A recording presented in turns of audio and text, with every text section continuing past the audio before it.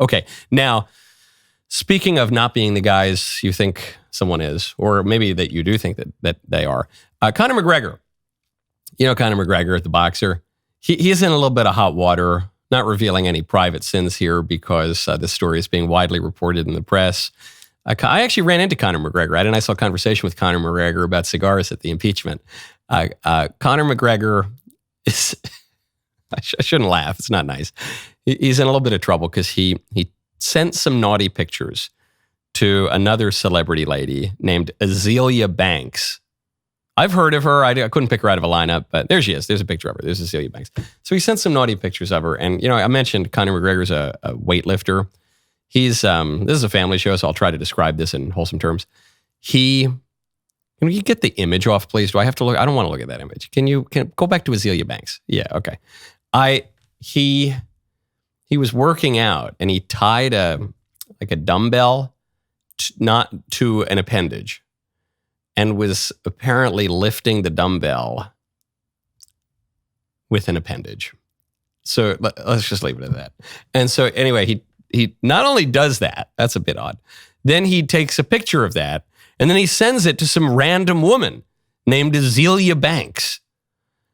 And I guess he threatens her in the text, says, you better not show this to anyone or whatever. And then Azealia Banks immediately posts it to social media. Says, who do you think I am? You don't threaten me. And I don't think Conor McGregor is married. I think he's engaged to be married, but I won't get too much into his personal life. But this is probably not a wise decision.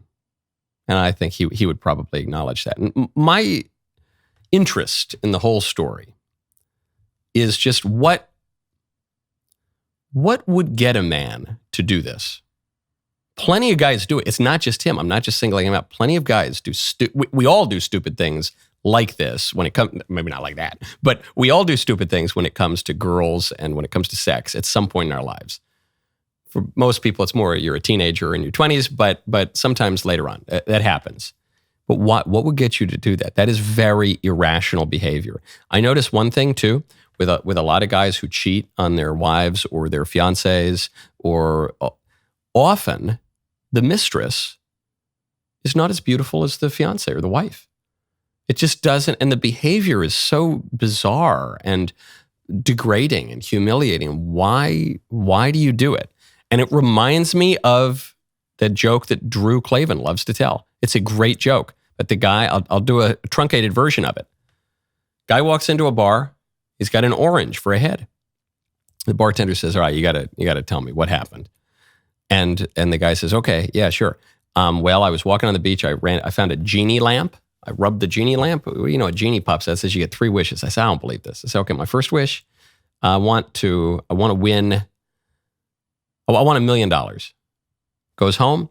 Knock, knock, knock on the door. It's Ed McMahon with Publishers Clearinghouse. And it's a check for $1 million. He says, by golly, that's crazy. Then he goes back to the genie lamp. He says, all right, wish number 2.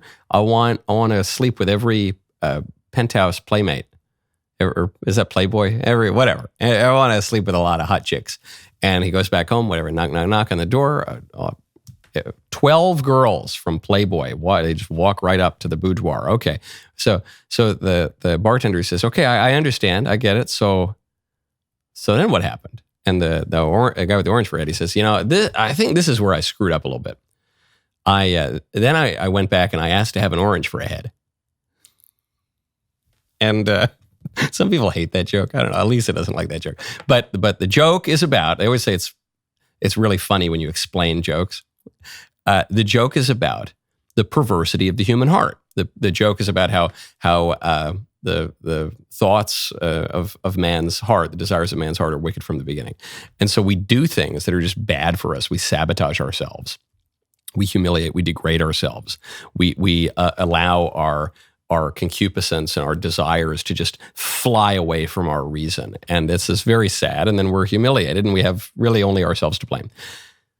All of that to say, Conor McGregor, he can be forgiven. He can receive absolution. He can confess his sins and seek his Redeemer and all that. Don't do this. Don't ever send. This is especially to the younger people who watch the show. the teenagers in the 20s. Don't ever send a nude photo of yourself to anyone ever under any circumstances. Can you do that? Can you promise me that? Are you listening right now? And I'm talking even to the 50-year-olds, because apparently people do that. Don't ever, under any circumstances, send a nude photo of yourself in part or in whole ever to anyone. Can you do that? Can you make me that promise?